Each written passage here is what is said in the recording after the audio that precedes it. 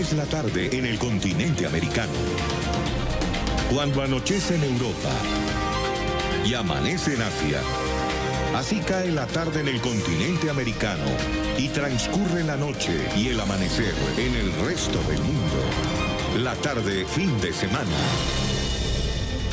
Al aire ya una nueva emisión de la tarde fin de semana por NTN 24, el canal de las Américas. Sean todos bienvenidos. Hay alerta máxima en Estados Unidos y Canadá por fuertes tormentas invernales. Alcaldes y gobernadores se piden a los ciudadanos mantenerse a salvo y contar con kits de emergencia.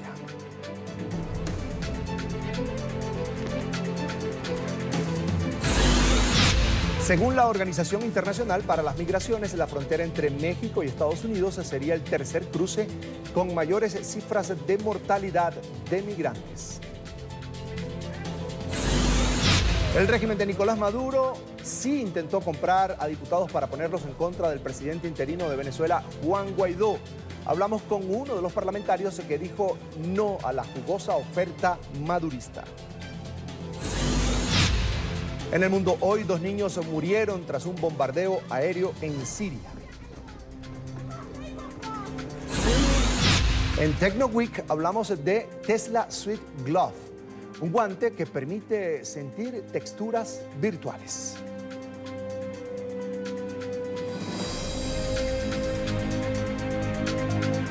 Los saluda como siempre Carlos Eduardo Sánchez y los invito desde ya a conectarse con nosotros en Twitter. Estamos como @latardenetn24 y mi cuenta personal @CESánchezM.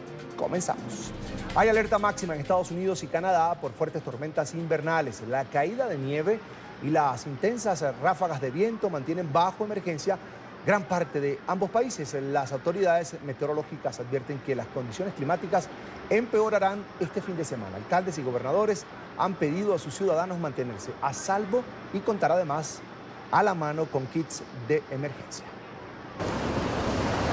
Más de 90 millones de personas en Estados Unidos han resultado afectadas por la caída de nieve y hielo, así como por las bajas temperaturas que oscilan entre 6 y 12 grados centígrados bajo cero. El Servicio Meteorológico Nacional advirtió que las condiciones climáticas podrían empeorar este fin de semana, especialmente en la región que va desde el oeste de Dakota del Norte hasta el noroeste de Iowa. Se prevé que las intensas nevadas golpeen Pensilvania, Nueva York y gran parte de Nueva Inglaterra, con más de 30 centímetros de nieve acumulada. También permanecen en la alerta las regiones de los Grandes Lagos y de los Apalaches centrales. Por otro lado, la costa atlántica de Canadá ha sido azotada en las últimas horas por ráfagas de viento de más de 120 kilómetros por hora. En la provincia de Terranova y Labrador fue declarado el estado de emergencia. Pensemos en nuestros amigos y vecinos de Terranova y Labrador que están lidiando con las secuelas de la ventisca masiva de ayer. Manténganse a salvo ahí afuera y escuchen a sus autoridades locales. Estamos aquí para ellos y estamos dispuestos a ayudarlos en todo lo que podamos. En la zona se registraron cortes masivos en el servicio de energía eléctrica. Piden a los pobladores que no salgan de sus viviendas ni utilicen sus vehículos. Cientos de vuelos nacionales también fueron cancelados por la densa neblina registrada en la zona. Según el más reciente reporte, más de 70 centímetros de nieve fue el acumulado de las últimas horas.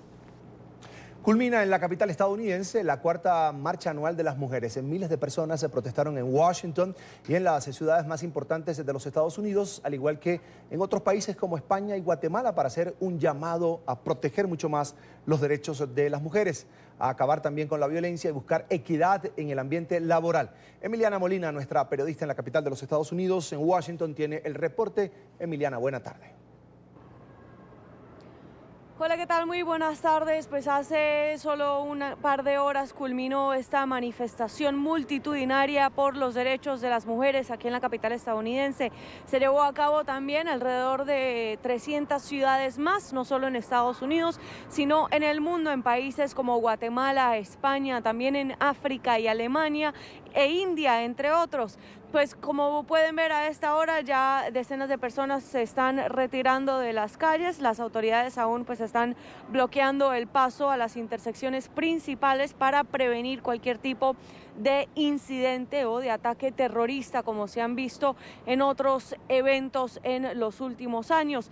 Esta manifestación inició pues con un movimiento desde Valparaíso, Chile, por los colectivos Las Tesis, unas mujeres que iniciaron este movimiento nacionalizando de cierta manera el himno El violador eres tú. Y el día de hoy pues iniciaron esta marcha también cantando no solo ese himno, sino abogando por alrededor de 8 tipos de derechos fundamentales que piden no solo para las mujeres, sino también para la comunidad LGBTI, para los derechos de los migrantes, los trabajadores, entre otros. Veamos lo que nos dijeron algunos de los manifestantes esta tarde. Porque las mujeres están diciendo que no pueden hacer nada con sus cuerpos, estamos siendo policías para hacer eso y eso no está correcto. Eso es América y tenemos los derechos igual como un hombre. Hay mucha injusticia, se siente mucho la injusticia en el país, no se siente unido el país, por esa razón. ¿Y cuál es tu opinión sobre los derechos de las mujeres? Que deberían ser, a todos deberíamos ser iguales ante el gobierno, ante el país. Hay muchas injusticias en contra de las mujeres y hay que hacer algo y se me hace una manera peaceful, es pacífica de hacerlo. Los derechos de las mujeres tienen que ser protegidas y el presidente ahorita no está haciendo eso. ¿Cómo te sientes de este presidente? No estoy feliz, no está haciendo el trabajo que tiene que hacer. Bueno, y en esta manifestación nos encontramos también con Alex Jones, el creador de InfoWars y un famoso reconocido por sus pensamientos de extrema derecha, que de hecho ha iniciado varias teorías conspiratorias con múltiples temas alrededor de Estados Unidos, entre estos con la masacre de la escuela de Sandy Hook. Tantos son sus pensamientos de extrema derecha y tan radicales que incentivan a la violencia que múltiples gigantes tecnológicos, entre estos Facebook y Twitter, han cancelado sus cuentas en los últimos meses precisamente por este tipo de teorías que de hecho respaldan al presidente estadounidense Donald Trump. Hablamos con él mientras estaba en la manifestación, mientras gritaba también algunos pensamientos, pero claramente estaba siendo sarcástico sobre estos temas. Veamos lo que nos dijo. Yo apoyo asesinar a los bebés y apoyo a George Soros y odio a Trump y quiero que saquen a Trump de la oficina Oval. Y odio a América y estoy de acuerdo con George Soros y estoy de acuerdo que deberíamos acabar con la libertad de expresión de América si no es liberal y amo a George Soros. ¿Eso es sarcasmo? No, abajo con Trump. ¿Y qué le dice a la gente que lo llaman creador de teorías conspiradoras? Amo a George Soros.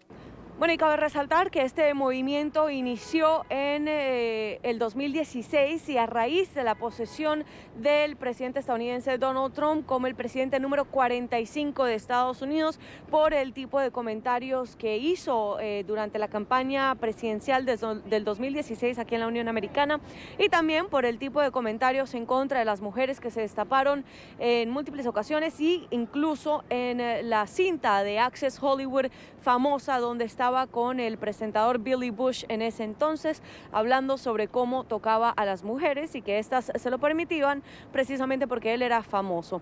El movimiento inició a raíz de eso y se ha convertido también en un movimiento en contra de la presidencia del Ejecutivo aquí en Estados Unidos. Esa es toda la información que tenemos desde Washington. Emiliana Molina para NTN 24. Hasta pronto, una muy buena tarde para ti, Emiliana, en la capital de los Estados Unidos. Vamos a cambiar de tema. Esta que ya casi termina ha sido una difícil semana para Evo Morales, luego de su llamado a formar milicias civiles en Bolivia, el cual fue fuertemente criticado por el gobierno interino y también otros gobiernos de la región. El exmandatario se vio obligado a retractarse por medio de un comunicado.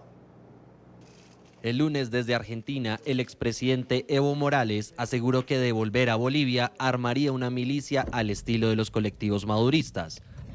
Grupos que en el caso de Venezuela están armados y son utilizados por el régimen como fuerzas de choque. ¿Saben? Quiero que sepan, si de acá a poco tiempo, no sé, si volvería o alguien vuelva, hay que organizar como en Venezuela, milicias armadas del pueblo. El gobierno interino de Bolivia y la oposición rechazaron la propuesta, señalando que la paz, la reconciliación y la democracia nunca fueron opciones para el exmandatario. Primero quiso cercar las ciudades y ahora sugiere armar grupos irregulares y violentos para enfrentar a los bolivianos y a las Fuerzas Armadas bolivianas. Estas amenazas recurrentes demuestran las verdaderas intenciones de Evo Morales. Las críticas surgieron desde varias partes del mundo. Tan solo 72 horas después del anuncio, por medio de un comunicado, Morales se retractó. Aseguró que lo único que quería para su país era la paz. Hace unos días se hicieron públicas unas palabras mías sobre la conformación de milicias. Me retracto de ellas. Mi convicción más profunda siempre ha sido la defensa de la vida y de la paz. Horas antes, diputados opositores en Argentina le habían exigido al gobierno de Alberto Fernández revocar la condición de refugiado político a Evo Morales. Señalaron que la iniciativa del exmandatario vulneraba las reglas a las que se debe someterse como asilado, por lo que ya no debería contar con el beneficio. Hoy se desatan sus últimas declaraciones en las que asegura que hay que organizar, como en Venezuela, milicias armadas del pueblo. Desde Bolivia llegaron múltiples repudios a los dichos del expresidente Morales. Desde el gobierno que los refugió, nada. Las declaraciones de Morales atentan contra la paz y la democracia del país vecino, que están en pleno proceso de normalización de sus instituciones. Las amenazas de su exmandatario no ayudan en nada a los bolivianos. Tras el comunicado firmado por el presidente de la Unión Cívica Radical, Alfredo Cornejo, la Cámara de Diputados también se pronunció y le solicitó al gobierno de Fernández levantar de inmediato la condición de refugiado a Morales. Consideran que, según la Convención de Ginebra de 1951, el dirigente boliviano no cumple con los estatutos para que se le considere como tal. Ahora bien, el expresidente Morales no encaja en ninguna de estas figuras. Por el contrario, lejos se encuentra de ser una víctima de persecución política a quien deba otorgarse refugio en nuestro país. Morales ha desatado una crisis sociopolítica en su país por haber violado la voluntad popular que negaba en una reelección por su cuarto mandato consecutivo y luego haber avalado acciones fraudulentas en las recientes elecciones presidenciales. A la espera de una decisión del presidente Alberto Fernández, quien defendió la llegada del dirigente indígena a su país y ha calificado su salida del poder como un golpe de Estado, Evo Morales cumplirá mañana más de un mes en Buenos Aires, luego de renunciar a la presidencia en noviembre. Mi primer invitado de hoy es Bernard Gutiérrez, abogado y analista político boliviano. Bienvenido a la tarde fin de semana, gracias por atendernos. Carlos Eduardo, un gusto estar con usted, a sus órdenes. Es un gusto, bienvenido por supuesto. El expresidente de Bolivia, Evo Morales, ya se retractó de esa idea que levantó mucho polvo, no solo en Bolivia, sino en el resto de la región. Incluso desde otras latitudes también criticaron al presidente por hacer ese tipo de llamado, tomando en cuenta que ya Bolivia pasó una etapa de mucha violencia tras su renuncia el pasado mes de noviembre. Ahora, quería saber, en Bolivia, ¿qué trascendencia tuvo este llamado? Sabemos que se retractó el presidente, pero ¿qué trascendencia tuvo en las filas, por ejemplo, del Movimiento al Socialismo Más y de los grupos sociales que apoyan todavía al expresidente Evo Morales? Yo creo que el sentimiento en general de los bolivianos es de un repudio absoluto a aquellas declaraciones que formula el expresidente Evo Morales. Él no podría mostrar de una manera más elocuente, de una manera más nítida, su verdadero temperamento, sino a través de esta expresión. Yo creo que esta expresión, de alguna manera, lo refleja tal y cual es Evo Morales. Es un hombre que no cree en la democracia, es un hombre que ha instrumentalizado la democracia, los institutos de la democracia, y los ha utilizado para instalar un proceso autoritario en Bolivia. Y por supuesto, hoy que se ve fuera del poder, lamenta el no haber utilizado a organizaciones que por supuesto le hubieran respondido más allá de lo que hizo las Fuerzas Armadas, quienes en cumplimiento de la Constitución Política del Estado finalmente optaron por respaldar la democracia. Evo Morales está arrepentido por esas razones. Él hubiera querido, sincera y honestamente, y así lo ha expresado, haber instalado aquí en el país un proceso violento, como en efecto intentó hacerlo antes de su huida del país y luego cuando se instaló en México y hoy instalado ya en la Argentina. Es decir, fue un ensayo y ante el rechazo, incluso mundial, echó para atrás. ¿Perdón? Fue un ensayo del expresidente Evo Morales. Ante el rechazo internacional, echó para atrás. Lo que pasa es que ha recibido una presión interna en la Argentina. Las organizaciones políticas que, por supuesto, no están dispuestas a seguirle el juego necesariamente al kirchnerismo, le han planteado al propio gobierno que retire el trámite y que no acepte aquella condición de refugiado a la cual pretende adscribirse o con la que pretende beneficiarse Evo Morales. Evo Morales está haciendo política, y política de la mala, política agresiva, llamamiento a la violencia, es decir, pretende derrocar el orden constitucional que se ha establecido en el país luego de su huida, y lo hace con este tipo de llamados. En México se lo permitieron hasta por ahí, porque según tenemos información, hubo una presión también para que finalmente él abandone aquel país. Y claro, seguramente considera que desde Argentina puede continuar haciendo lo que le viene en gana con la institucionalidad, y por supuesto aquello ha generado un rechazo en la Argentina. Yo no creo que se trate en rigor de una retractación. Básicamente lo que hace Evo Morales es acomodarse un poco bajo la presión que ha tenido, pero no se trata de una retractación honesta, de una retractación sincera, porque eso mismo sigue pensando Evo Morales, es decir, ese es su temperamento. Hay un temor, fíjese, señor Gutiérrez, que Bolivia permanece militarizada por órdenes de la presidenta interina Yanine Áñez. Y eso tiene que ver, por supuesto, señor Gutiérrez, con este anuncio que hizo en la semana, y a pesar de ese freno que le metió el expresidente Evo Morales a su decisión, o a ese llamado que hizo a los grupos sociales que le apoyan todavía en territorio boliviano con formar milicias civiles muy parecidas a las que existen en Venezuela, que se han convertido en paramilitares y que incluso están armadas y que el régimen de Nicolás Maduro utiliza para perseguir a quienes piensan distinto y para perseguir incluso hasta ancianos que salen a las calles a reclamar sus derechos. El país permanece militarizado. Vamos a escuchar lo que dijo la presidenta encargada Yanine Áñez. No, por favor. Esto lo único que está haciendo es confrontarnos entre sectores y nuevamente volver la psicosis a nuestro país. El Alto ha sido fuertemente golpeado por esos conflictos de octubre y noviembre, y así como otros departamentos. El que nuevamente vuelvan a ingresar los militares a hacer este ejercicio, como lo han mencionado, no es oportuno ni adecuado. Bien, esta es la opinión, que entregaba Eva Copa, que es la presidenta del Senado de Bolivia. No está muy de acuerdo con la decisión que tomó en este caso la presidenta Yanine Áñez de alguna manera prepararse o evitar que el conflicto, que la violencia pueda volver a las calles de Bolivia. ¿Cuál es su evaluación? A ver, lo que pasa es que hay un hecho que debe conocerse. ¿Sí? El 22 de enero próximo debería haber concluido el mandato de Evo Morales. Y hay más protestas. Y ese sería el día en el que se debería transmitir el mando.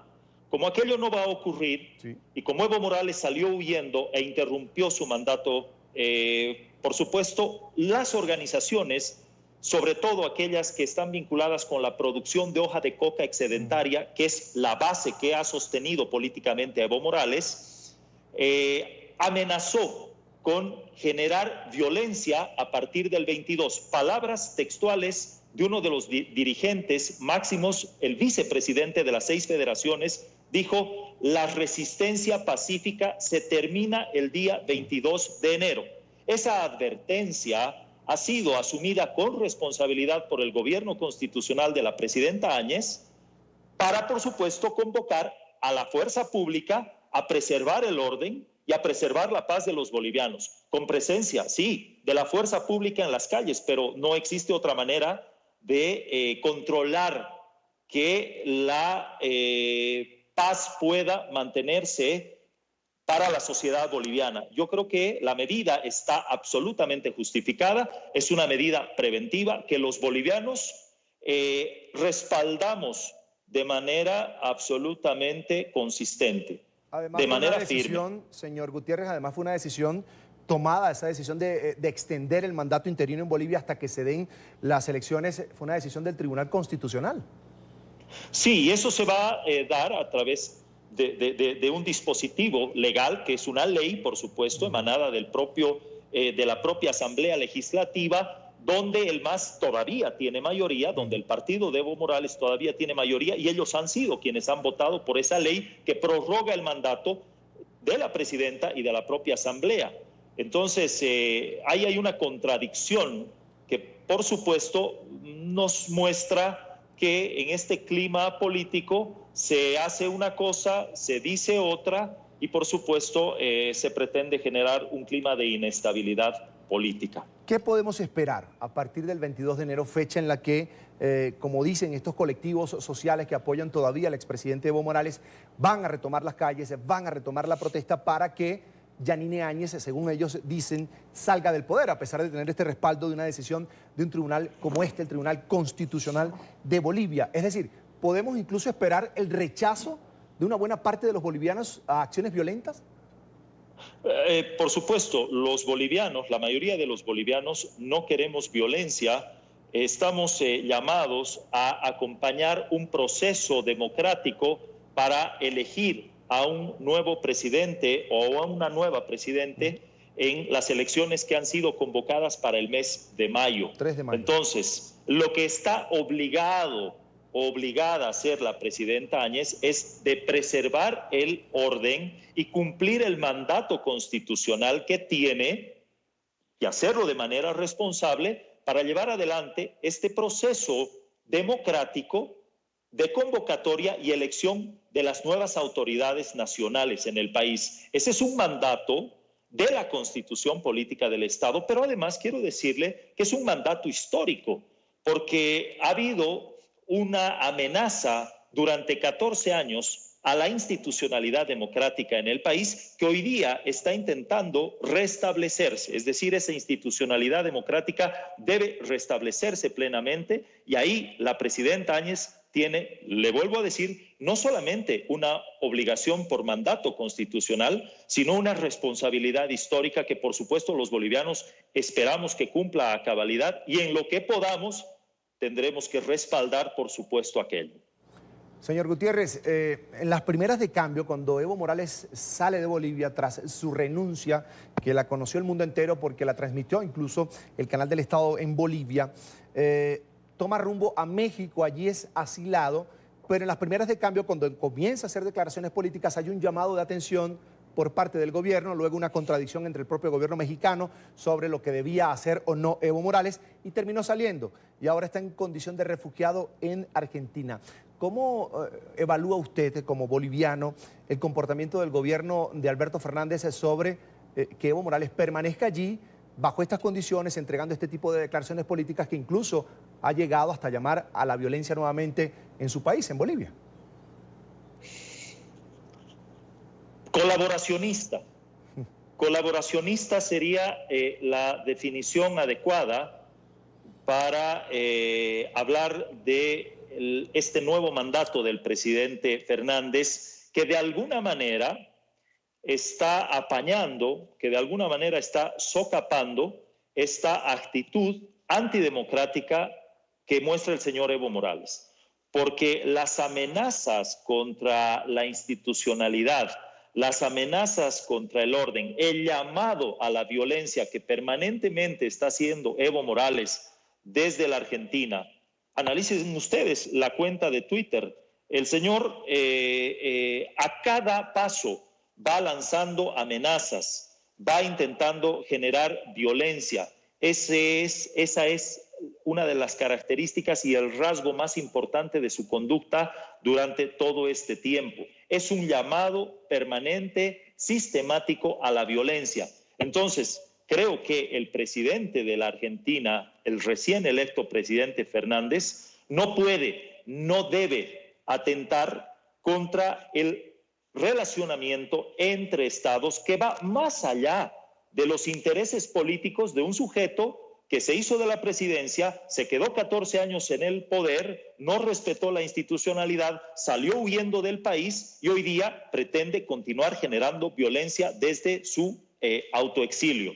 Entonces, un llamado al presidente de la Argentina, un llamado a la sociedad política argentina para decirle que el relacionamiento entre estos dos estados hermanos debe estar por encima de aquellos mezquinos intereses políticos del señor. Bien, vamos a agradecer a Bernard Gutiérrez, es abogado, además analista político boliviano, por acompañarnos estos minutos aquí en la tarde fin de semana. Señor Gutiérrez, muchísimas gracias, una feliz tarde para usted. Encantado, a sus órdenes. Hasta la próxima. Vamos a la primera pausa para comerciales y al regreso revisaremos el informe de la Organización Internacional para las Migraciones que evidencia que la frontera entre México y Estados Unidos sería el tercer cruce con mayores cifras de mortalidad de migrantes. Eso en minutos aquí en la tarde fin de semana.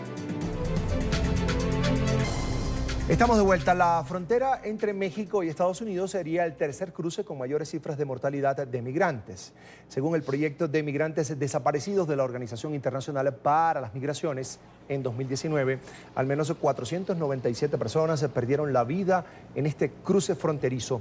A pesar de los esfuerzos del gobierno de Andrés Manuel López Obrador para frenar la migración irregular, las cifras de migrantes muertos en la zona aumentaron con respecto a 2018, cuando se contabilizaron 442 muertes.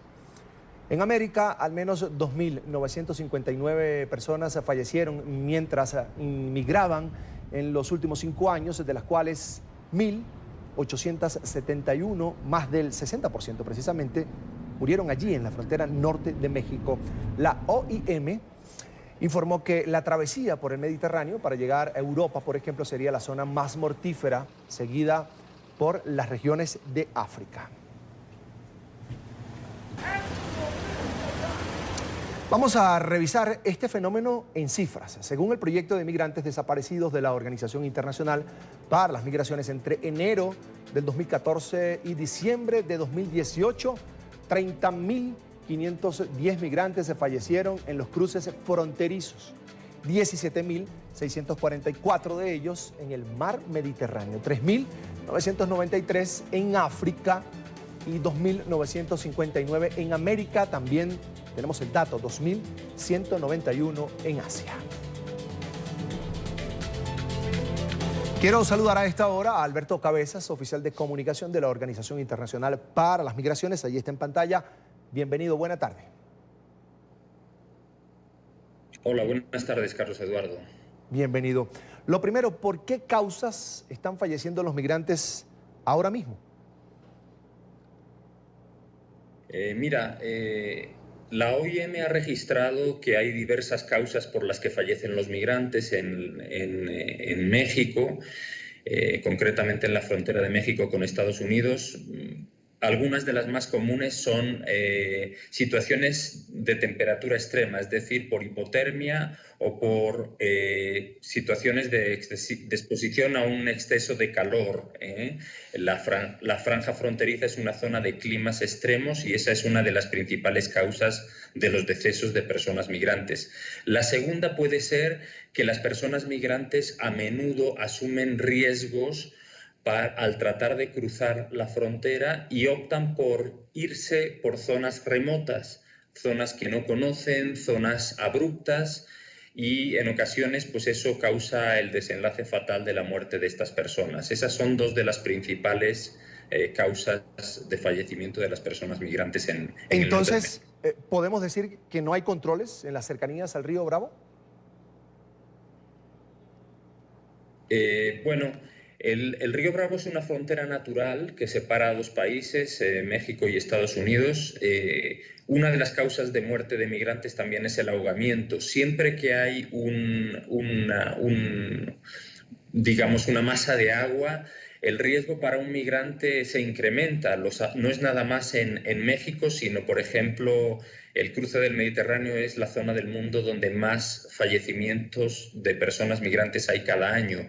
Entonces, lo que hay en la frontera, pues sí, son zonas, es una frontera muy larga, es una frontera de más de 3.000 kilómetros de largo y no en todas las zonas hay puestos de control o puestos de vigilancia, lo cual hace que a veces los migrantes pues se vayan a lo más recóndito para tratar de cruzar y ahí pueden encontrar la muerte. Señor Cabezas, quiero que hablemos también de los obstáculos que enfrentan los migrantes en el trayecto hacia Estados Unidos.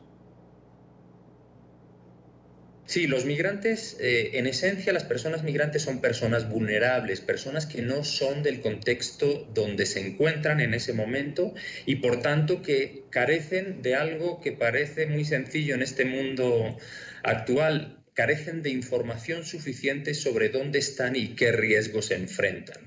Entonces, uno de los obstáculos mayores es la falta de conocimiento de, por ejemplo, a qué servicios básicos tienen derecho y dónde acceder a ellos, quién les puede prestar asistencia en caso de una enfermedad, quién les puede proporcionar un medicamento en el caso de los enfermos crónicos que los necesitan con regularidad y que a menudo no los tienen a su alcance.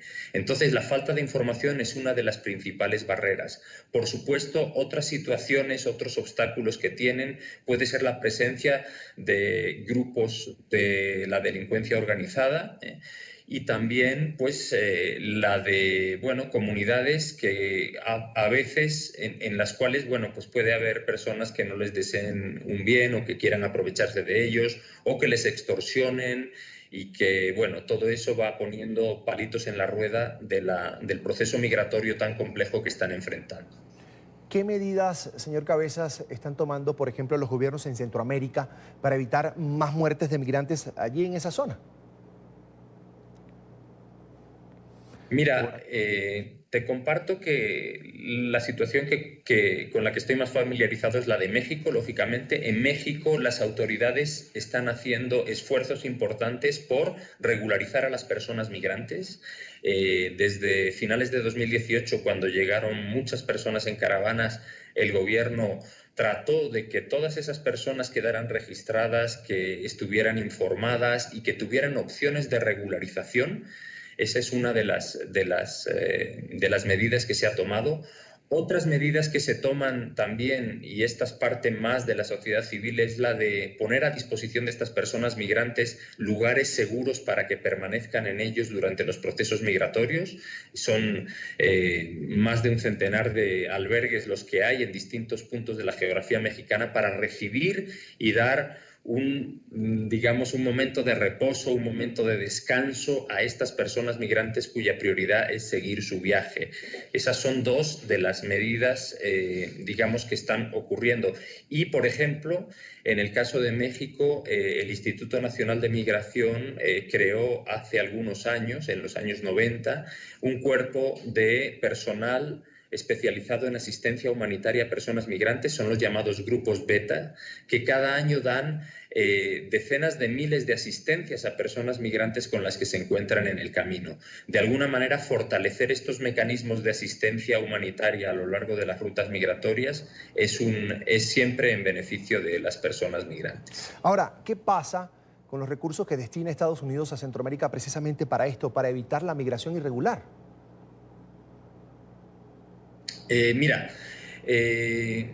La migración no es un problema de un único país y aciertas cuando mencionas que son muchas las personas de la región centroamericana que están transitando por el corredor Centroamérica-México-Estados Unidos.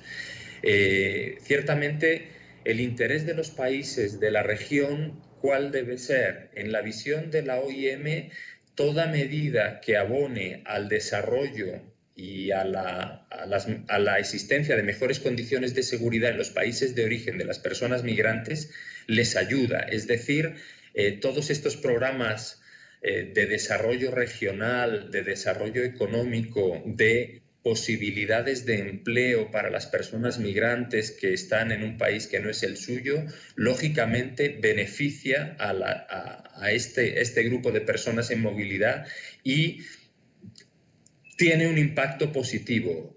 Ahora bien, son medidas de medio y largo plazo, son medidas que no son inmediatas y quizá es necesario seguir, apostar por ellas en el largo plazo para que, lo antes posible, pero en algún momento en el tiempo se concreten en una respuesta concreta para las personas que están en un país que no es el suyo. Claro. Finalmente, ¿qué está haciendo la Organización Internacional para las Migraciones precisamente para evitar y disminuir además estas cifras de mortalidad de migrantes tratando de llegar sobre todo a Estados Unidos?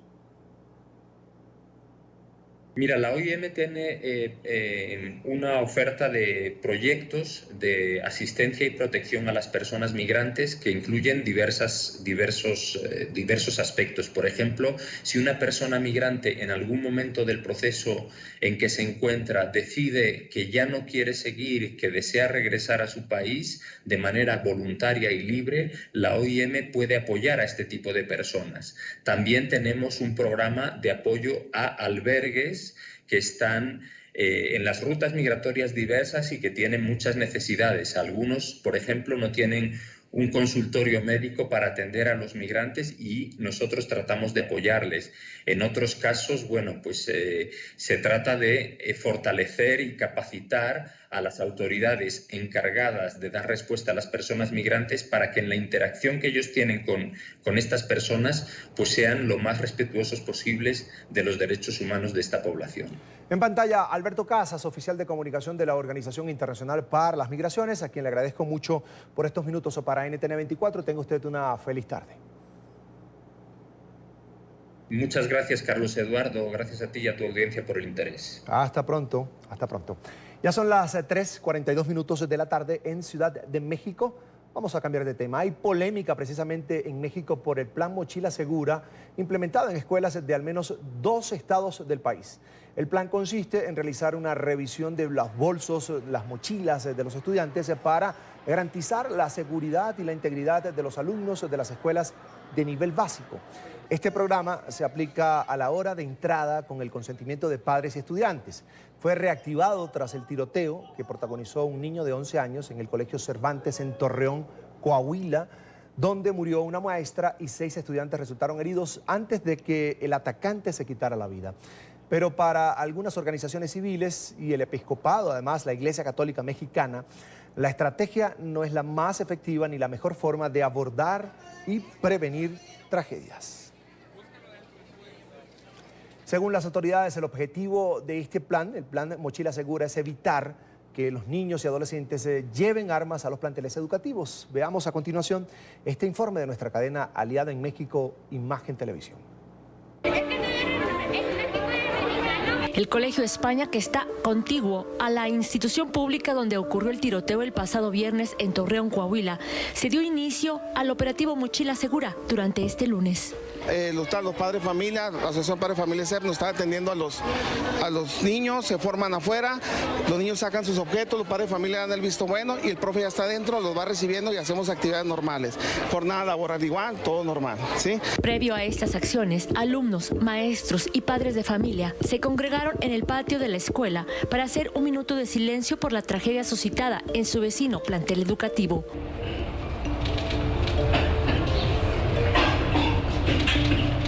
Manuel Iván Botello lamentó lo sucedido, sin embargo, pidió a la sociedad en general hacer un frente común para que entre todos se realicen acciones contundentes para evitar estos hechos.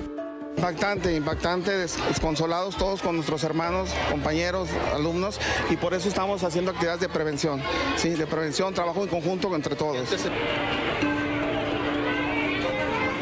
Sobre la revisión de las mochilas se contó con la presencia de binomios caninos, Policía Estatal y Sedena. Aquí la revisión la hacen maestros y padres de familia en cumplimiento a los protocolos que cada escuela tiene. Nosotros respetamos totalmente. Si se dieron cuenta, estuvimos a un lado de la ceremonia y después para el ingreso nomás revisar y checar que se haga correctamente lo que ellos tienen establecido en cada plantel. Madres de familia puntualizaron que es importante realizar el operativo Mochila de manera permanente. Bueno, pues se me hace que no es gran cosa, digo yo, porque no es una vez al mes la operación Mochila, o sea, es todos los días, o sea, una vez es como avisarle a la persona cuándo va a traerlas, cuándo no traer las cosas, ¿verdad? Lo que vaya a usar. Otros consideran que independientemente de la operación Mochila, se debe entablar buena comunicación con los hijos. Pues que el niño le faltó atención, o sea, tanto viene de casa como en la escuela. Es un lamentable suceso, pero pues no nos queda de otra más que ponerle más atención a nuestros hijos. Para Imagen, Sandra Gómez.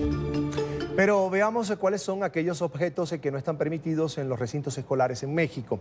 La Guardia Nacional y la Policía Civil son los encargados de llevar a cabo el programa en el que también participarán padres de familia y maestros. Entre los objetos prohibidos están armas punzocortantes, armas de fuego, cigarros, pintura en aerosol, teléfonos celulares, envases que contengan, por ejemplo, solventes o pegamentos como cemento para zapatos, pastillas, medicamentos o hierbas desconocidas, dulces también sin marca que presenten aspecto, olor o características dudosas, polvos que presenten olores picantes parecidos al cloro, amoníaco o huevos podridos. Para hablar de este tema, quiero saludar a Juan Martín Pérez García, director ejecutivo de la Red por los Derechos de la Infancia en México. Bienvenido, buena tarde. Gracias por esta oportunidad, Carlos, y al público de NTN24. ¿En qué consiste el plan Mochila Segura? Vamos a volverle a explicar a nuestra audiencia en qué consiste. Bueno, esta es una medida que se ha implementado en México a partir del año 2000 en algunos municipios en México, digamos, en las distintas entidades del país, y esencialmente lo que ha significado es revisar los bolsos, las mochilas, lo que traen niños y niñas cuando entran a la escuela. Esto se ha ido haciendo cada vez más complejo, ha incorporado binomios caninos, arcos metálicos, arcos para detectores de metales, y obviamente incluso en algunos casos también revisión corporal. Esto hay que destacar que ha generado muchísima reacción negativa porque claramente es una invasión a la privacidad, es discriminatorio porque solamente se aplica a niños, niñas y adolescentes y no a todas las personas adultas que van a las escuelas, y por supuesto es una manera de señalar que por su condición de edad pueden ser presuntos criminales. ¿Usted considera que entonces esta medida no es efectiva? No, llevamos ya 20 años de aplicación de esta medida sin ningún tipo de resultado. Se ha hecho una revisión y en prácticamente todas las entidades federativas, en algunos casos y donde las zonas son un poco más peligrosas, navajas o armas punzocortantes que nos hablan precisamente del miedo que tienen niños y niñas y llevan objetos para defenderse. Pero la verdad es que es un costo muy excesivo, violatorio a derechos que no tiene ningún efecto a favor de la seguridad de niños y niñas. Es decir, se estarían violando los derechos de los niños. Sí, de hecho ya diversas comisiones estatales de derechos humanos, como la de Yucatán, el Estado de Puebla en 2014, por ejemplo, documentó que policías municipales desnudaron a los niños y les forzaron a hacer sentadillas. En el caso de Yucatán también hubo invasiones a la privacidad, de la intimidad de niños y niñas, y en julio del 2019 la Comisión Nacional de Derechos Humanos emitió la recomendación 48/2019 por violaciones al derecho a la educación, considerando que las escuelas no son estaciones de policía, violaciones a la privacidad, porque el artículo 16 constitucional no permite, digamos, la invasión a objetos privados o tu dinámica personal sin una orden judicial, y es discriminatorio porque se dirige solo a niños, niñas y adolescentes y no a todas las personas que están en las escuelas. Además, por supuesto, de generar una violación al derecho a la presunción de inocencia. Otros organismos internacionales, como el Comité de Derechos del Niño de Naciones Unidas y la Comisión Interamericana de Derechos Humanos, le han recomendado al Estado mexicano evitar este tipo de acciones policíacas. Señor Juan Martín, fíjese, en países como Perú, España, por ejemplo, existen comisiones de alumnos que han ayudado a disminuir los conflictos en los centros educativos, en las escuelas. ¿Por qué no implementar este modelo, por ejemplo, en México? Es efectivamente lo que hemos venido planteando, que hay otras medidas socioeducativas amables, respetuosas de la dignidad de las personas y basadas en los propios chicos y chicas escolares y su comunidad educativa como alternativas eficaces. Los mediadores educativos que están en España o los comités escolares bastante exitosos en Perú son ejemplos muy interesantes. Igual Colombia tiene algunas experiencias que lamentablemente en México no se han querido incorporar, y esa es la ruta sobre la cual tendríamos que caminar. ¿Hacia dónde debe apuntar el gobierno de Andrés Manuel López Obrador para, de alguna manera, garantizar la seguridad de los niños o también de los educadores en las diferentes escuelas del país? Claramente la nueva administración federal está obligada a acatar la recomendación 48-2019 de la Comisión Nacional de Derechos Humanos, que le hizo explícito que no pueden aplicar el operativo Mochila y que cualquier acción para la seguridad de las escuelas tiene que verse en el Sistema Nacional de Protección Integral de Niños, Niñas y Adolescentes, por su acrónimo CIPINA. Sí. Esto no ha sucedido y además del mandato de la Comisión Nacional, es un mandato de ley. ¿Qué piensa usted del menor que disparó en Torreón, en Coahuila? ¿Qué va a suceder? ¿Qué cree usted que va a suceder con este caso? Bueno, claramente este niño de 11 años es una víctima de la violencia armada que existe en nuestro país. Llevamos ya 13 años de una guerra fracasada contra el crimen que ha significado 400,000 personas asesinadas, 61,000 desaparecidos y más de 3,000 fosas clandestinas. Además de disponer ilegalmente de 13 millones de armas que circulan en el país y que han llevado en esta inseguridad a que las familias se armen de forma ilegal para protegerse, y eso acerca las armas a los niños, como en este lamentable caso de Torreón. Salvo este caso y otro ocurrido hace 2 años en Nuevo León, no es un tema que esté siendo de preocupación o de riesgo en México. Los niños y niñas no son el peligro, están en peligro. Cada día asesinan a 3.6 niños y niñas y desaparecen a 7 en total impunidad. Y nos parece que medidas como Mochila Segura, usar este caso lamentable pero muy atípico como argumento para perseguir y criminalizar a niños y niñas es una ruta extraviada que, además de violar derechos, no resuelve los temas de inseguridad que vive el país. Bien, agradecemos a Juan Martín Pérez García, es el director ejecutivo de la Red por los Derechos de la Infancia en México, por haber compartido con nosotros estos minutos aquí en la tarde, fin de semana de NTN 24. Será hasta la próxima. Muchísimas gracias a NTN 24 y gracias por seguir la agenda de niños, niñas y adolescentes. Hasta pronto. Vamos así a la segunda pausa para comerciales y al volver todo se descubrió, la estrategia del régimen de Nicolás Maduro para comprar votos y quitarle el poder interino a Juan Guaidó en Venezuela. Ya regresamos. Ya estamos de vuelta con más de la tarde de fin de semana. Son las 5:59 de la tarde en Caracas y a esta hora hablamos de Venezuela. La accidentada y atípica sesión de la Asamblea Nacional el pasado 5 de enero dejó al descubierto la estrategia del régimen de Nicolás Maduro para comprar el voto de algunos diputados opositores y así despojar a Juan Guaidó del poder interino. Varios habrían cedido ante una jugosa propuesta económica, entre comillas.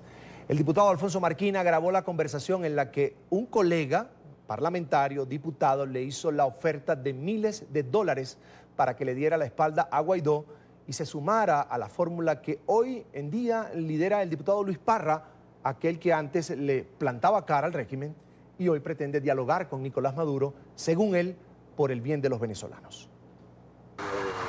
Esta gente, como tú ya sabes, yo van a apoyar una propuesta de gente de la oposición, a la directiva, pero no van a postular a nadie.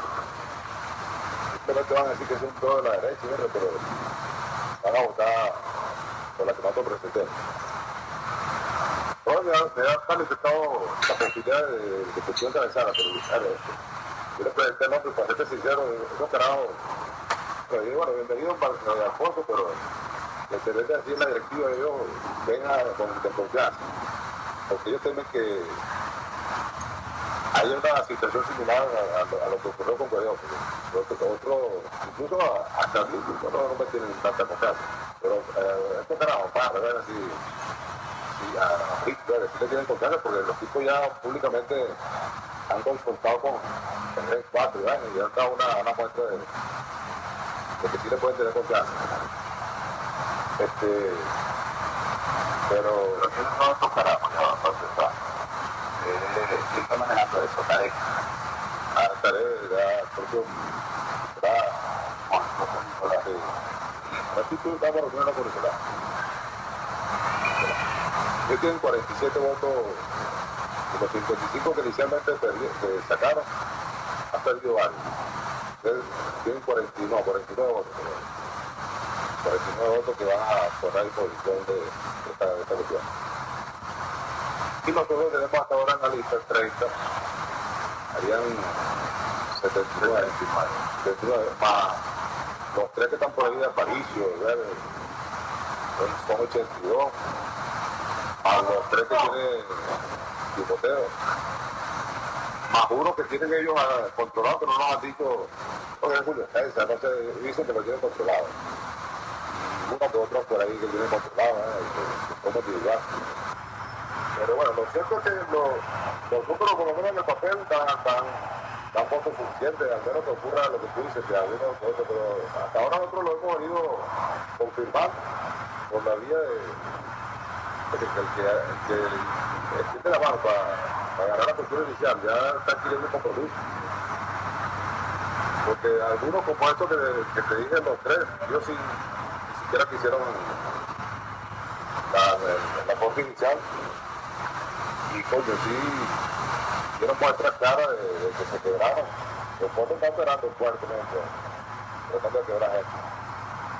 Pero yo creo que más allá de estos 3 de defensa no van a lograr incluir verdad ningún otro. No hay una sentencia sobre otro.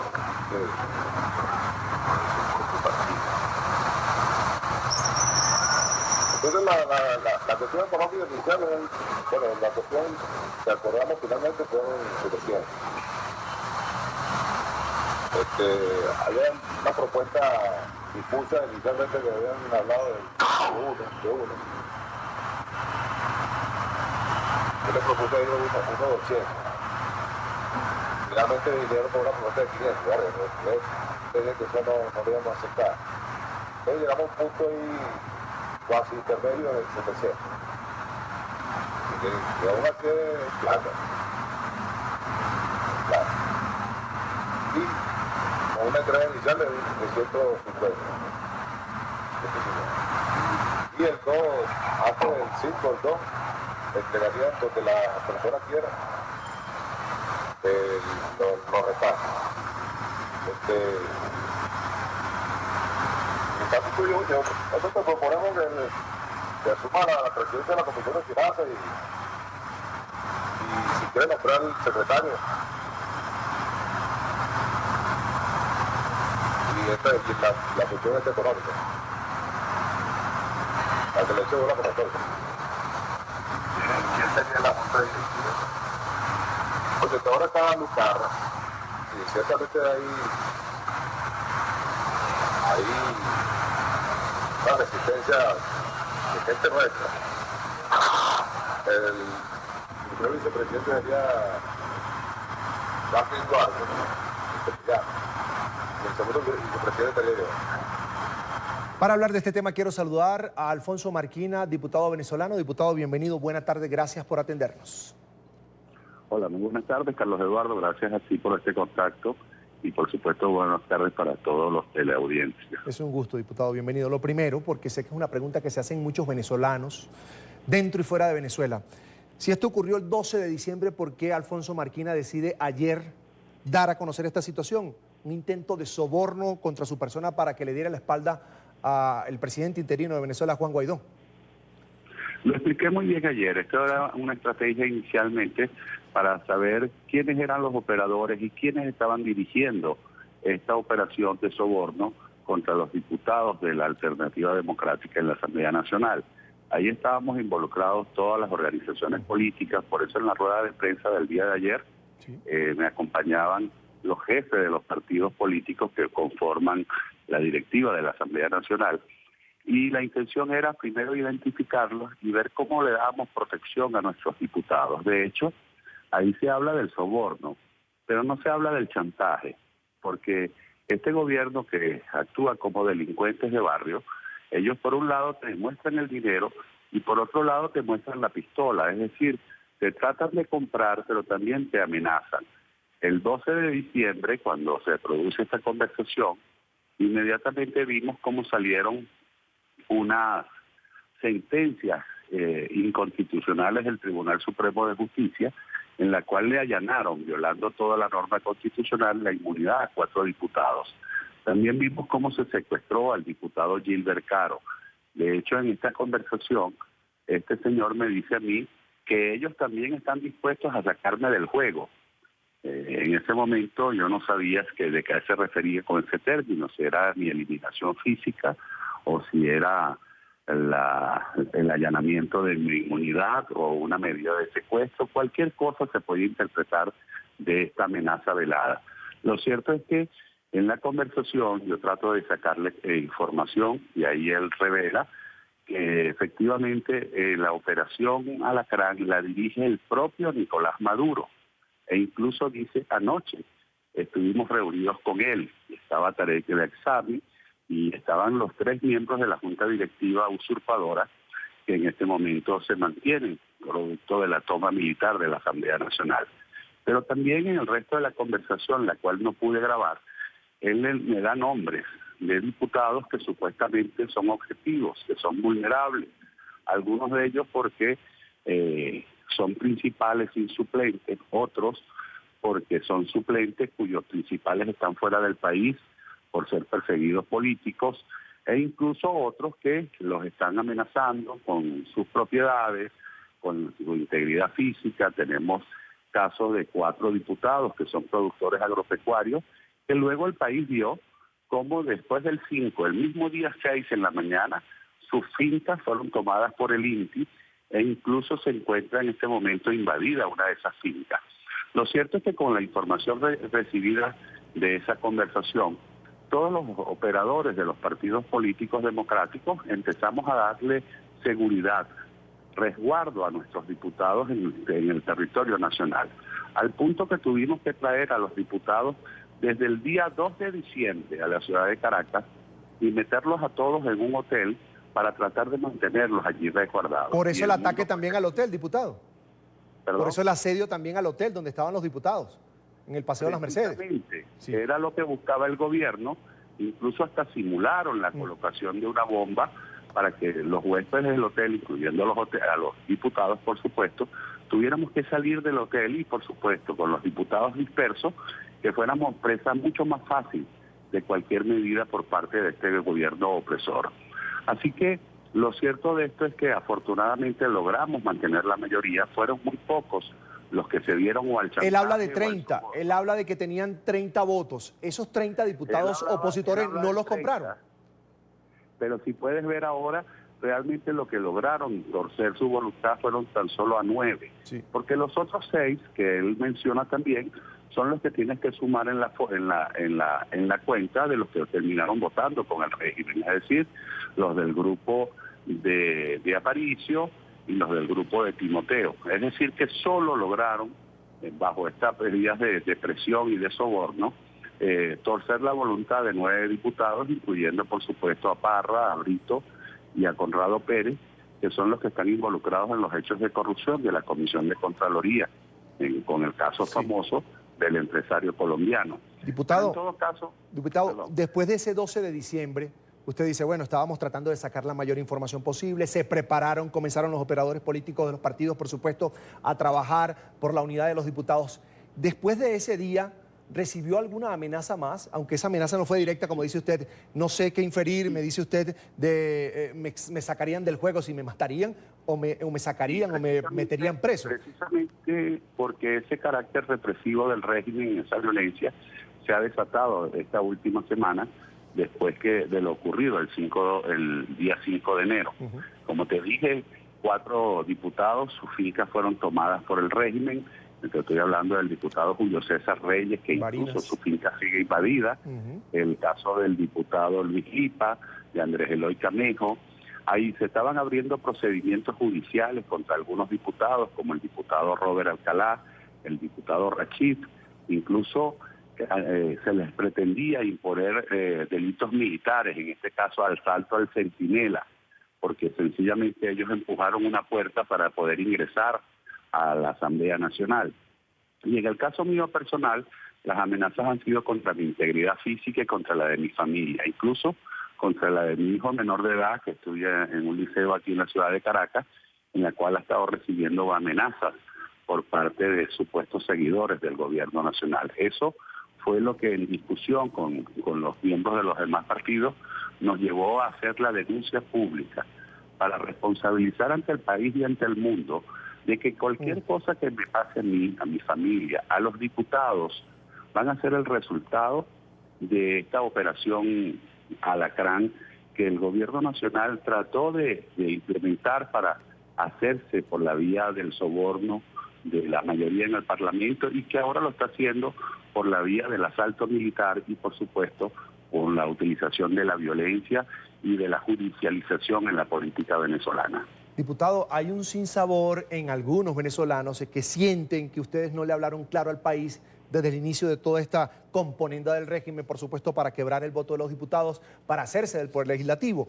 Sí recuerdo que el año pasado se dijo que había una operación maletín para comprar diputados, para comprar conciencia. Creo que el diputado José Guerra lo denunció. Pero ¿usted qué le responde a esos venezolanos que de alguna manera tienen eso en el corazón? Mira, yo lo que les puedo responder a los venezolanos que tengan esa duda. Sí. Primero, que esa inmensa cantidad de dinero que nos estaban ofreciendo, lo que ratifica es que la inmensa mayoría de los parlamentarios en Venezuela tienen dignidad, son hombres honestos, son hombres comprometidos con la democracia en Venezuela y con esta lucha que está dando el pueblo venezolano. Pero también les quiero decir algo a ti, Carlos Eduardo, y a todos los que nos están escuchando. Cuando tú estás en una guerra con un enemigo tan peligroso como el que estamos enfrentando en Venezuela, tú tampoco puedes estar revelando públicamente todas tus estrategias. Si nosotros decimos en aquel entonces, mira, ya tenemos identificado quiénes son los operadores, están actuando de esta manera, ¿cómo podríamos entonces garantizarle la seguridad a todos nuestros diputados? Recuerda tú que en la forma como nosotros nos manejamos impidió que siguieran allanando inmunidades parlamentarias, es decir, que siguieran saliendo sentencias desde ese Tribunal Supremo de Justicia que actúa como una especie de gendarme político. Evitó que se siguieran secuestrando a diputados. Todavía tenemos ya más de 30 días con la desaparición forzosa del diputado Gilbert Caro. Tenemos en este momento, bueno, situaciones muy delicadas y yo lo único que le pido al pueblo de Venezuela es confianza. Cada día seguimos dando demostraciones de nuestro compromiso, de nuestra transparencia, pero también entendamos que guerra avisada no mata soldados y que todas las estrategias, tanto políticas como de cualquier tipo que tenemos que implementar, muchas veces no las podemos hacer públicas antes porque sencillamente serían abortadas o fracasarían en el intento.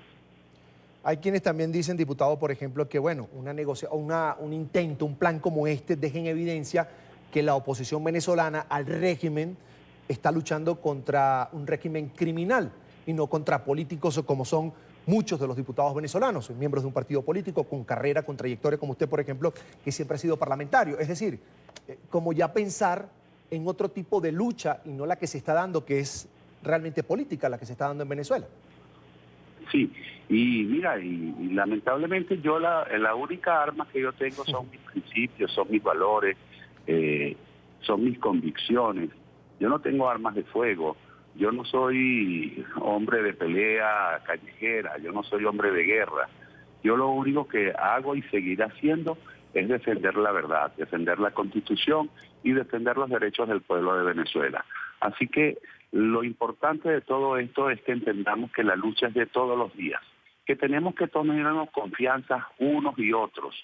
Así como en la mesa de la Unidad Democrática hay partidos que van desde la izquierda hasta la derecha, que tenemos intereses distintos, que tenemos incluso formas distintas de hacer política. En este momento todos estamos unidos en un solo objetivo, que es recuperar la democracia y darle la posibilidad a los venezolanos de superar esta tragedia que en mala hora llegó a Venezuela y que nos tiene sumergida en la peor crisis de toda nuestra historia republicana. Diputado, escuche lo que dijo José Gregorio Noriega, este diputado para muchísimos traidor. El audio que hoy presentan sobre una supuesta conversación entre el diputado Marquín y mi persona es absolutamente falso. Es un vulgar montaje para continuar el libreto que comenzaron el 1 de diciembre del año pasado. ¿Qué tiene usted que decirle al diputado José Gregorio Noriega? Mira, eso se resuelve muy fácil. Eso se lleva con una prueba de esta forense para la verificación de la voz, la identificación de la voz, y tengan ustedes la plena seguridad que esa voz es la del señor Noriega, que ese intento de soborno, él en ese audio que tú estás citando incluso dice que él no tiene ni siquiera para comprar unas medicinas. Déjame decirte que esa grabación se la hice en uno de los hoteles más lujosos de la ciudad de Caracas, donde él me invitó a desayunar y donde estuvo hospedado durante todo el mes de diciembre. Y me pregunto yo, ¿y cómo alguien que no tiene para comprar unas medicinas puede pasar más de un mes en el Hotel Tamanaco en la ciudad de Caracas? ¿Cómo es que ellos dicen que son la revolución de los pobres? Pero entonces tú ves al señor Brito que llega con 4 camionetas llenas de escoltas, camionetas de último modelo, camionetas del año, o el señor Parra, que hasta el mes de diciembre tenía un Corolla del año 2011, 2010, ahora tiene una 4Runner del año. Es decir, todas esas mentiras que ellos tratan de vender a través de estos audios son fácilmente desmontables. Si en Venezuela estuviéramos en un Estado de Derecho, ya la Fiscalía de la República estaría abriendo una averiguación, aun cuando fuese por noticia criminis, en el caso de un intento de soborno, el cual es un delito que está previsto en la ley anticorrupción. Es decir, aquí se premia a los delincuentes y se castiga a los que denunciamos. Yo no tengo la menor duda de que ellos puedan intentar ahora algún recurso legal para que entonces el denunciado termine siendo el denunciante y el corrupto se salga con la suya y pretendan entonces poner tras las rejas de la indignidad de la dictadura al diputado Alfonso Martínez, que lo único que ha hecho es denunciar la verdad ante Venezuela y el mundo. Diputado, yo entiendo muy bien cómo pagó el hotel y lo entiendo a partir de un refrán muy popular que usted lo conoce muy bien, que dice: el que parte y reparte le queda la mejor parte. Si usted le estaban ofreciendo $700.000, imagínese cuánto le ofrecieron a este señor José Gregorio Noriega. No, bueno, sin duda, pero también hay un refrán muy venezolano, que hay dos cosas que no se pueden ocultar. La tos es una, yo la acabo de evidenciar, la tos, pero la otra es el dinero mal habido. Y estos señores se están dando unos niveles de vida, están mostrando una opacidad, una riqueza indebida en los últimos días, que no pueden ni siquiera mentir de que efectivamente detrás de todo esto lo que hay es una inmensa operación económica, lamentablemente con un dinero manchado de sangre, de la sangre de centenares, de miles de venezolanos que han perdido la vida solo por pensar distinto, o de esos venezolanos que mueren de mengua en nuestros hospitales. Ese es el dinero cochino con el cual se compró la conciencia del señor Brito, del señor Parra y del señor Conrado Pérez y por supuesto de este personaje nefasto llamado José Gregorio Noriega. Cierro con esto, diputado Marquina. ¿Tiene miedo Alfonso Marquina de ir mañana a prisión por cuenta del régimen, por orden del régimen de Nicolás Maduro, por ejemplo?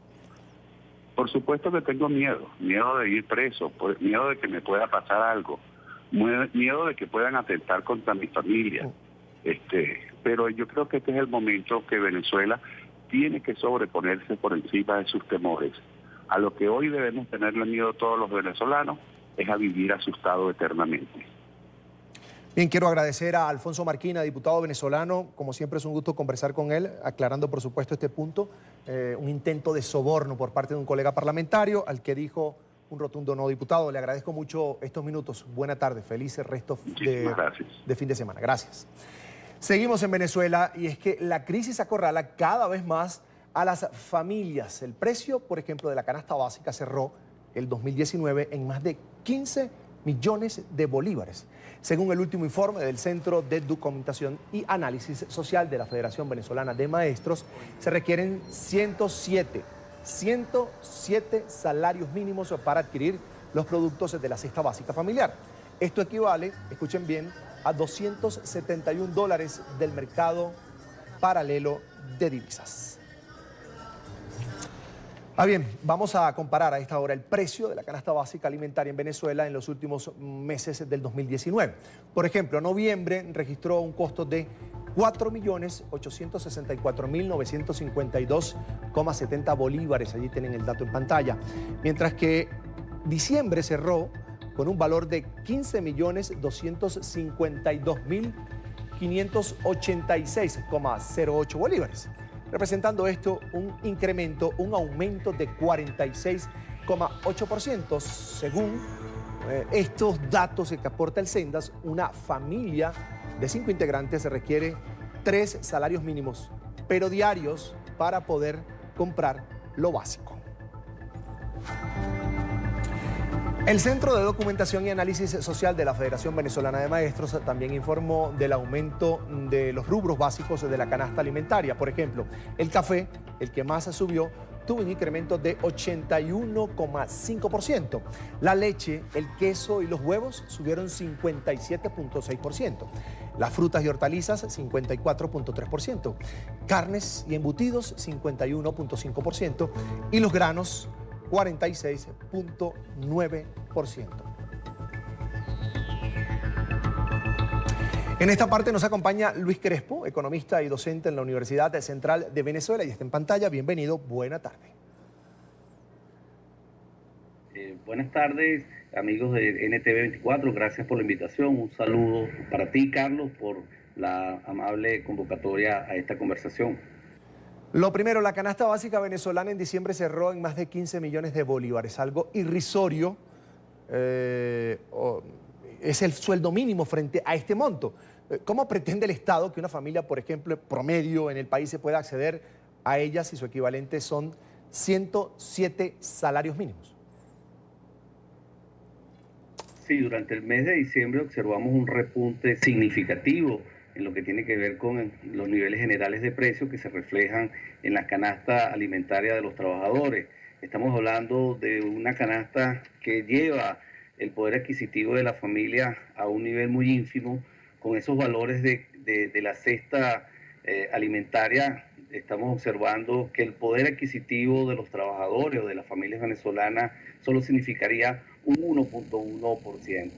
De una manera u otra hemos venido observando cómo al cierre del año 2019 hubo un repunte agudo en los niveles de inflación en Venezuela, teniendo claro que nos encontramos en un contexto de hiperinflación, un fenómeno muy agresivo que de una manera u otra ha destruido la capacidad de compra, el poder adquisitivo del salario, ha destruido los activos de la familia y que de una manera u otra se ha expresado en la precariedad en la que estamos viviendo las familias venezolanas en este momento. ¿Qué se compra con un salario mínimo actualmente en Venezuela? ¿Qué productos de esta canasta puede comprar una familia con el salario mínimo? Con el salario que percibimos hoy, difícilmente una familia pueda garantizar la alimentación de un día. En este momento el salario mínimo, conjuntamente con lo que se llama el cestatique, significa un ingreso de 450.000 bolívares. Si lo relacionamos con un tipo de cambio que fluctúa diariamente, estamos hablando de prácticamente 2.6 o 3 dólares. Estamos en la brecha o por debajo de la brecha de pobreza que establece el Banco Mundial, que serían de los ingresos diarios de 1.9 dólares. ¿Qué puede comprar el venezolano con eso? Si acaso puede comprar medio cartón de huevos, si acaso puede comprar 3 pancanillas más algo de proteínas que difícilmente pueda permitirle alimentarse 3 días. En este momento realmente la situación del poder de compra del salario o del ingreso es muy difícil para los venezolanos. Eso nos ha llevado a la necesidad de emprender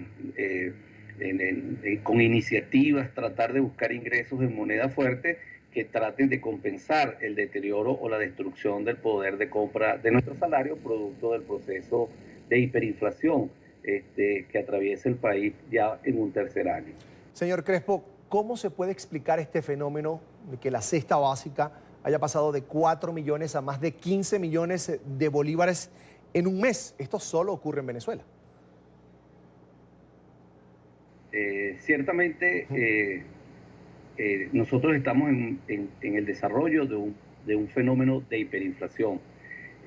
Donde la hiperinflación fundamentalmente es un fenómeno monetario. La hiperinflación en Venezuela se cultivó inicialmente con mucha fuerza en el año 2017 con la indisciplina del Banco Central de Venezuela. El Banco Central perdió toda su autonomía y prácticamente hoy se ha convertido en la caja chica del Ejecutivo Nacional. O sea, el Banco Central inyecta dinero en la economía para financiar el inmenso gasto público del gobierno. Al final del año 2019 el gobierno tuvo que enfrentar compromisos con los empleados de la administración pública, algunos pagos que tuvo que realizar empresas públicas y además el pago del aguinaldo, las dos últimas cuotas del aguinaldo que por cierto ha venido pagando los fraccionados y que le hace mucho daño al patrimonio de la familia en este contexto de hiperinflación.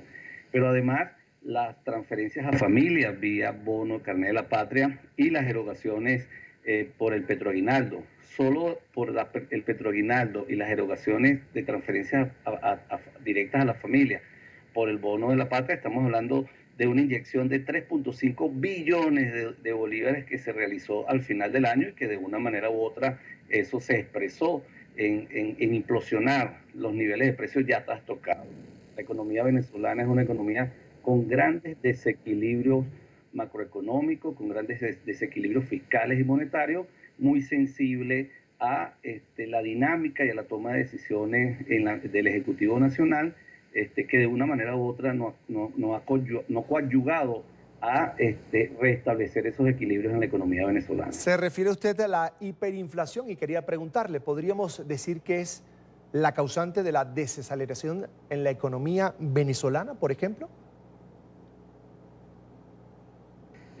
No pudiéramos establecer una correlación entre el proceso de hiperinflación y el proceso de destrucción de las capacidades productivas de la economía venezolana. Nosotros acabamos de cerrar el 2019 y podemos definirlo como el 6º año de caída de la producción de bienes y servicios en la economía venezolana, que de manera acumulada se aproxima al 70%. O sea, Venezuela ha destruido sus capacidades productivas en los últimos 6 años y estamos entrando en el 2020 prácticamente con perspectivas de caída del PIB nuevamente. Si vemos las proyecciones del Fondo Monetario o de la CEPAL, estamos hablando de proyección de una caída del PIB venezolano entre 10 y 14, pero ya venimos de una caída acumulada durante 6 años que nos ubica en una brecha de depresión económica y eso expresa a su vez el daño que se le ha generado a la economía venezolana. Pero la hiperinflación es un periodo, estamos, como decía anteriormente, entrando al 3er año. Oficialmente la hiperinflación reconocida por la Asamblea Nacional se presentó o se manifestó de manera concreta en el mes de noviembre del 2017 y ya el proceso de recesivo o la caída de la economía, de la producción de bienes y servicios tenía 3 años acumulados. O sea, no podemos correlacionar la caída de la producción de bienes y servicios necesariamente con el tema de la hiperinflación. Ya nosotros veníamos durante 3-4 años ante la aparición del fenómeno de la hiperinflación en Venezuela, que es una responsabilidad del Ejecutivo Nacional con complicidad del Banco Central de Venezuela. El último informe del Banco Mundial sobre proyecciones para 2020 dejó por fuera definitivamente del radar a Venezuela. Y la pregunta ¿es tan difícil hacer cálculos en el país?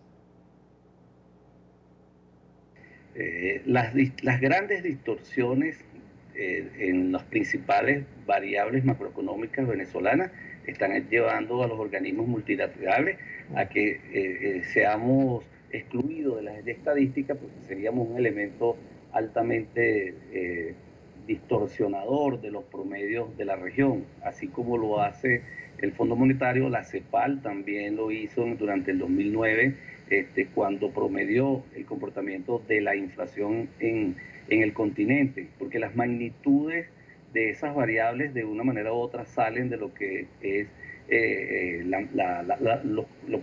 comportamiento racional de esas variables.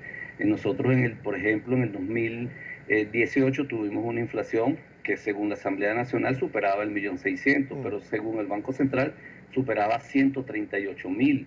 En este 2019, el cierre de la inflación según la Asamblea Nacional es 7.344, supera los 7.000 y estamos esperando si el Banco Central va a presentar algún cierre. Esas variables las ubicas dentro del contexto latinoamericano y dispara todos los promedios y por lo tanto te ponen un análisis de inconsistencia si vas a generar un análisis generalista. No puedes hacer un análisis generalizado. Para muchos es algo inexplicable el caso de Venezuela. Finalmente, ¿qué se avisora para este 2020? Para este año Es un año muy difícil. Las perspectivas sobre el comportamiento general de la economía en términos de su crecimiento es que nos mantengamos en una caída aproximadamente del 10%. Se visualiza mantenernos con niveles de inflación muy alta, dependiendo del comportamiento de la política fiscal y la política monetaria, pudiéramos estar a mediados de año observando una desaceleración del fenómeno de la inflación, pero la economía venezolana actuará dentro de altos niveles de incertidumbre en los precios. También proyectamos un mayor posicionamiento de las transacciones en dólares, una presencia con mayor fuerza en dólares y un crecimiento de la pobreza y la desigualdad en el país. Es Luis Crespo, economista venezolano, además profesor universitario en la Universidad Central de Venezuela. Gracias por acompañarnos hoy en la tarde de NTN 24. Gracias a NTN, gracias a Carlos y un saludo a toda la audiencia. Hasta pronto, gracias. El Seguro Social venezolano desampara a los abuelitos. Es la denuncia que hacen familiares de personas de la tercera edad.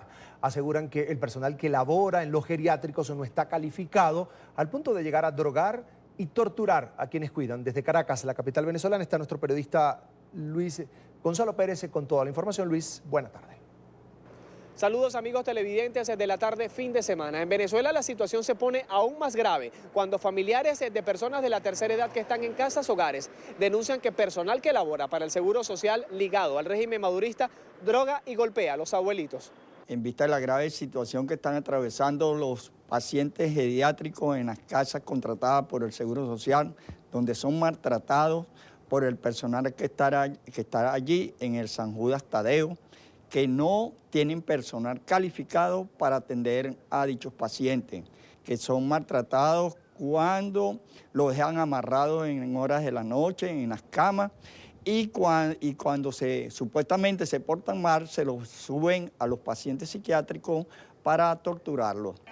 No solamente son drogas y golpes a los ancianos, los familiares denuncian que los abuelos que mueren ni siquiera les realizan los procedimientos forenses correspondientes para no dejar evidencia de la negligencia. ¿Cómo es posible que el otro día la encontré totalmente drogada, que una sobredosis de droga la hubiese matado de un infarto? Porque aquí pasan a los ancianos, se mueren y se lo llevan directamente a la funeraria, no, que la lleven a la medicatura forense para que vean de qué en realidad se murió ese anciano. A esto se le suma la escasez de alimentos. Una persona de la tercera edad necesita los nutrientes necesarios para prolongar su vida, pero los familiares aseguran que los trabajadores del Seguro Social desvían las comidas. Y cuando los viejitos van a comer en el desayuno, le dan la avena sin azúcar, le dan el forolo sin azúcar, le dan puras vegetales, ¿ok? Porque los medicamentos que le manda el Seguro Social, y se lo digo aquí porque el Seguro Social que se los manda, ellos se los reparten ellos mismos. Estos familiares aseguran que llevarán la denuncia a instancias internacionales, ya que esta grave denuncia debe llegar a todo el mundo, a donde tienen hasta miedo, porque pueden tomar represalias contra sus abuelitos. Quien les reportó para la tarde de NTN 24, Luis Gonzalo Pérez. Luis, buena tarde para ti, por supuesto, en la capital de Venezuela, en Caracas. Una nueva pausa para comerciales y al volver, las noticias del mundo hoy. Quédese con nosotros.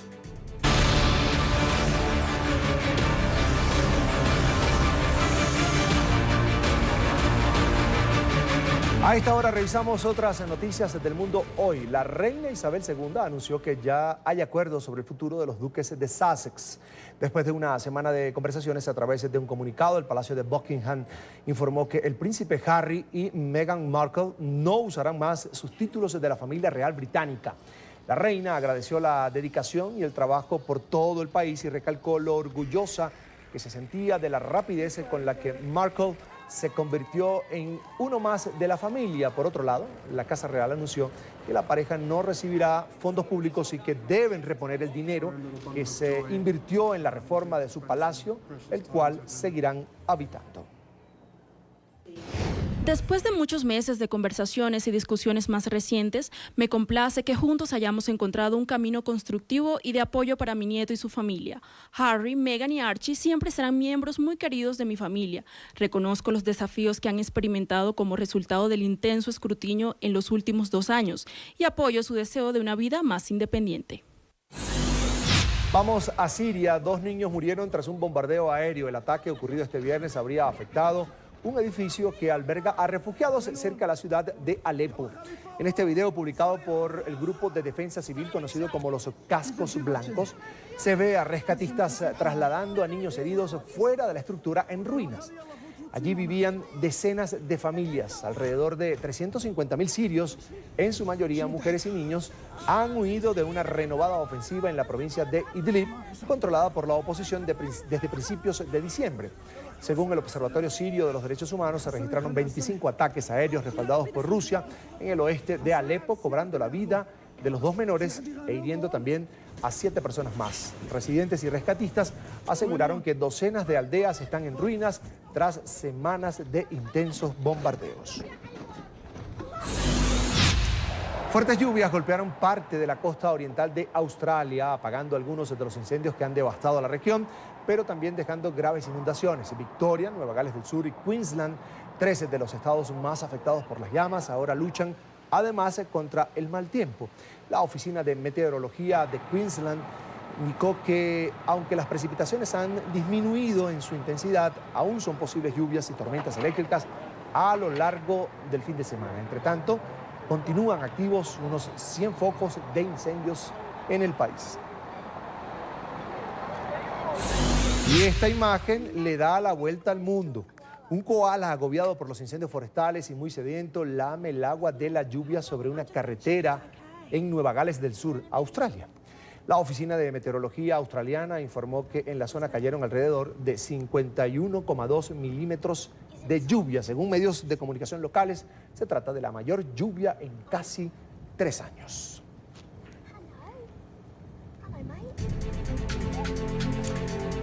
Vamos a la última pausa para comerciales. Volvemos con Tecno Week. Ahondamos en los Tesla Sweet Glove, un guante que permite sentir texturas virtuales.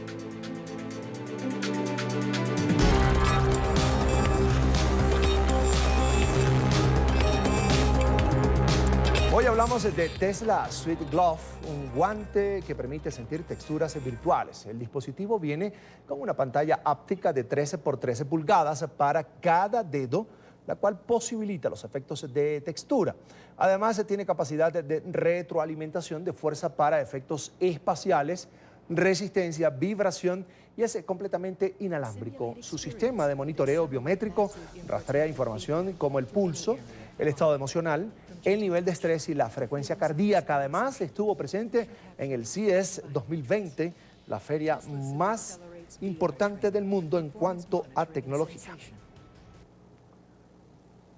Para hablar de este tema, quiero saludar a Dmitry Mikhalchuk, es el cofundador de Tesla Sweet Glove. Bienvenido. Hola a todos, hola Carlos. Bienvenido, buena tarde. ¿En qué consiste Tesla Sweet Glove? Pues bien, esencialmente lo que estamos haciendo con este producto es permitirle a la gente que se pueda comunicar entre su cuerpo y también el espacio digital. Nosotros proveemos una comunicación importante capturando toda la sensibilidad del cuerpo humano a través de la mano, intercambiando esta información con el ambiente digital. Desde ese ambiente nosotros vamos a enviar sensaciones reales para que la gente, valga la redundancia, sienta todo ese ambiente. Esa es la forma en la que vamos a interactuar con el mundo. Dimitri, ¿cómo funciona? ¿Cómo funciona? Pues bien, en realidad funciona de la siguiente manera, con más de 100 sensores que usan electricidad y nos proveen señales. Son muy similares a cómo funciona nuestro cerebro. Básicamente nosotros a través de la piel podemos sentir todas estas señales que claramente se transmiten desde el tacto, o que en este caso nosotros estamos tocando un ambiente que es virtual.